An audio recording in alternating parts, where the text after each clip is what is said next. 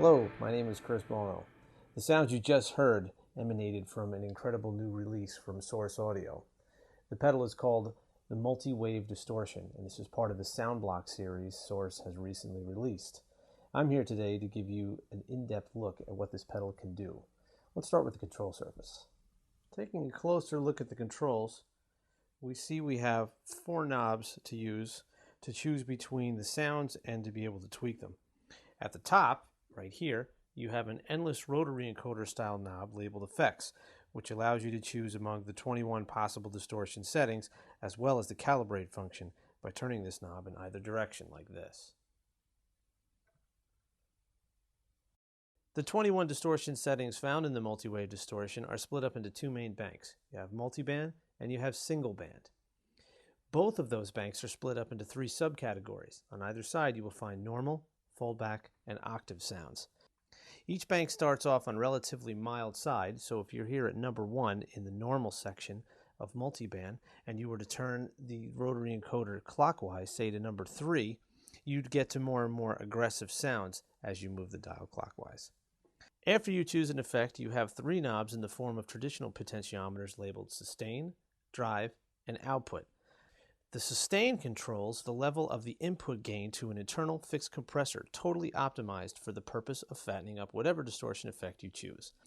But before your input signal hits the distortion section, there's the ever so important drive control, which adjusts the gain of the signal going into the distortion section as well. Finally, there's the output control that simply adjusts the output level of the effect. While it's easy to take any output control for granted, bear in mind that the multi-waves compressor attenuates the affected signal's dynamic range. So, use the output control to dial in a level that sounds even or even boosted as compared to your signal when the pedal is bypassed. Now that we have an in-depth look at the control surface of the multi-wave distortion, let's check out what this thing can do. As I said before, the 2 main categories, multiband and single band, are broken up into 3 subcategories. Here on the multiband side, we have normal,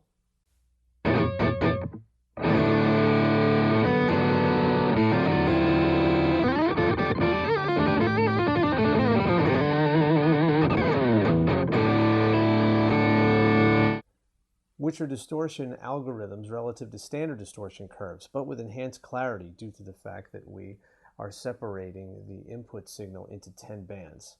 Hold that thought for a second. Next up, we have foldback.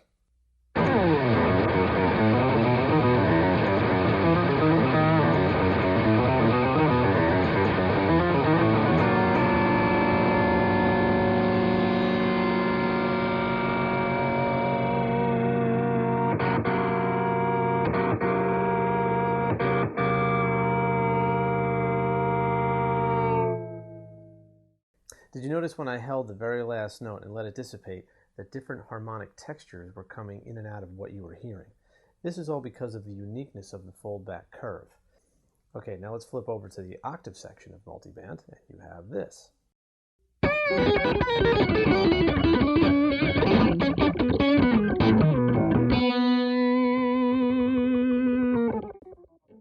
And if that wasn't enough, the last 2 settings in the multiband collection, numbers 12 through 14, combine octave and foldback distortion curves.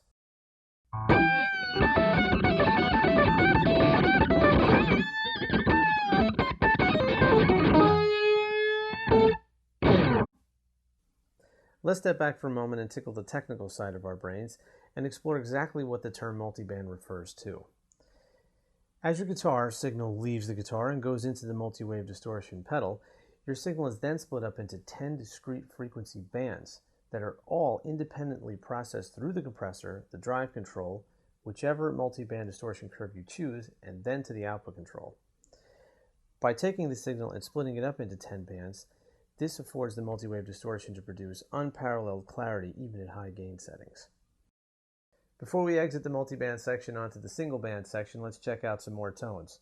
Let's go to the normal section, dial up number 2, put a fair amount of compression, but back off on the gain.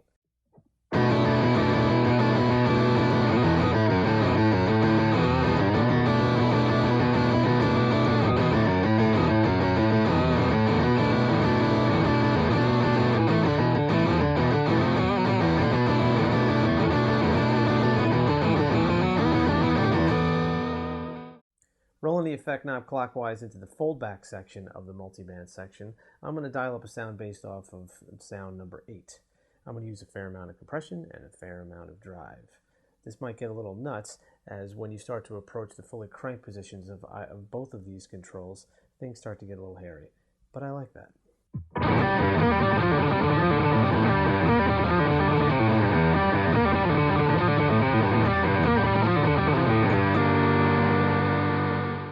And over to the octave section of multiband. What I'm going to do here is base the sound off of number 13. I'm going to give myself about 60% or a 2 o'clock setting of the compression knob and about a 12 o'clock or 50% setting of the drive knob. But check it out. I'm going to roll back my volume while I'm playing and watch how synth-like the number 13 setting gets here in the multiband section.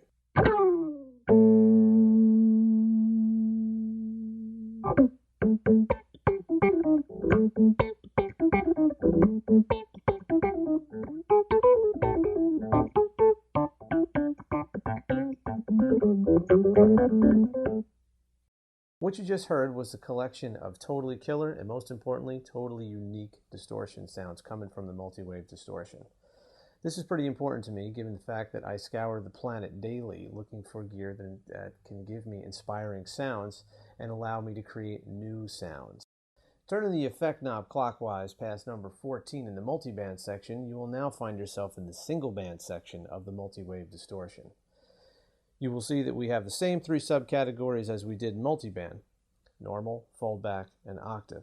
But this time, we're going to send the guitar signal straight into those distortion curves without splitting up into the 10 bands of EQ.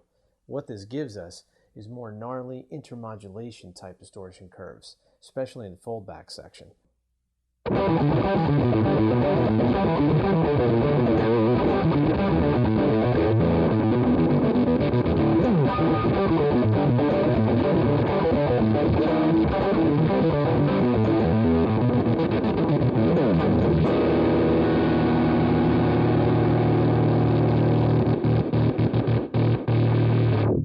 Before going on, let's step back and consider one more important aspect of the multi-wave distortion pedal: versatility. While that may seem obvious, since I'm describing the pedal to be able to give you so many unique sounds, you might be thinking some of these sounds are a little too unique, and that the multi-wave distortion pedal is incapable of giving you a traditional distortion. That is not the case. Let's roll back the effect knob in the normal section of the single band section. Let's hit up number 15, dial in some moderate distortion, moderate compression, and check out how the multi-wave will give you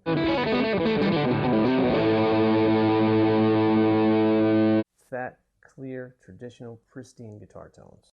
Okay, now that we have that cleared up, let's skip the effect knob over to the octave section of single band and hit up number 20 with a fair amount of drive but back off the compression.